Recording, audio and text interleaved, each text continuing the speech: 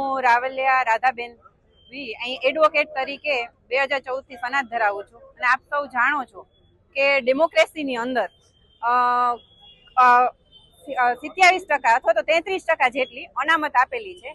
તો હું એવી આશા રાખતી હતી કે આપણે અહીંયા જામનગર બારમાં પણ એક લેડીઝ માટે, કારણ કે ઘણી બધી લેડીઝો છો, દરેક બારમાં લેડીઝોની સંખ્યા અત્યારે વધતી જાય છે, તો એવી આશા હતી કે આપણે અહીંયા એક લેડીઝની સીટ મળે.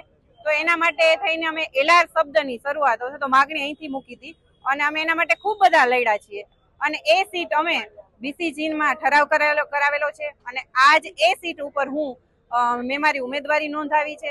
આપણે સૌ જાણીએ છીએ કે ક્યાંક ને ક્યાંક દરેક ક્ષેત્રમાં અત્યારે મહિલાઓ ખૂબ આગળ વધી રહી છે, ત્યારે આપણે જોઈએ છે કે બહેનોને પણ આપણો શાસન ચલાવવાની એટલી સક્ષમ છે, તો એને પણ ક્યાંક ને ક્યાંક લાભ મળવો જોઈએ. અમારા જામનગર બારની અંદર ઘણા બધા એવા પ્રશ્નો છે કે જે પડતર પ્રશ્નો છે, જેવું કે પેટા બંધારણ નથી, એવી રીતે અમારે ડિજિટલ બારનું એક નિર્માણ કરવાનું છે. તો એવા બધા અમારા પ્રયત્ન છે અને હું એના ઉપર ખરી ઉતરું એ માટે મેં ઉમેદવારી નોંધાવી છે. અને આજે મેં મારી ઉમેદવારી માટે મારી આગળ 2-3 લિસ્ટ નીકળ્યા છે.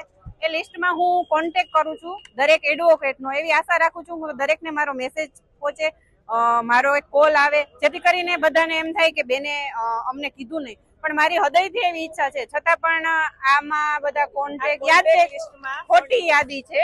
તો હવે આવું બધું જે થાય છે એને અટકાવવાનું છે અને દરેકને એક મેસેજ પહોંચાડવા માંગુ છું કે તમારો એક મત મને મળે અને જેથી કરીને હું તમારા પ્રશ્નો પડતર છે એમાં પણ હું ખરી ઉતરું. જય હિન્દ, જય ભારત.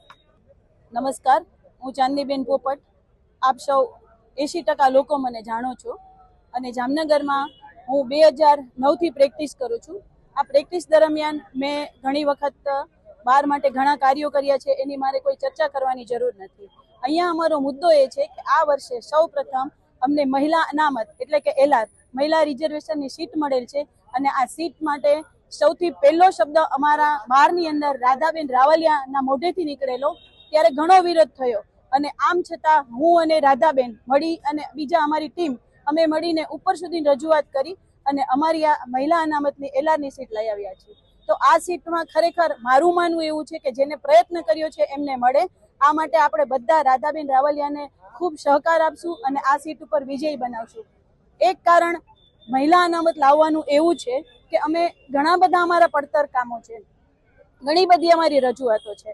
તો અમે જ્યારે કોઈ જગ્યાએ ઊભા હોય ત્યારે અમને રજૂઆત કરવાનો અધિકાર છે. બાકી અમને ક્યારેય માઇક આપવામાં નથી આવતું કે ક્યારે અમને કોઈ સાંભળવામાં આવતા નથી કે અમારી એક પણ હૃદયપૂર્વકની જરૂરિયાતની અહીંયા કોઈ નોંધ નથી લેતું. હવે આવા સમયે બહેનોનું એક સંગઠન હોવું જરૂરી છે, સક્ષમ વ્યક્તિ આવવી જરૂરી છે અને આના માટે અમારા અથાગ પ્રયત્નો છે.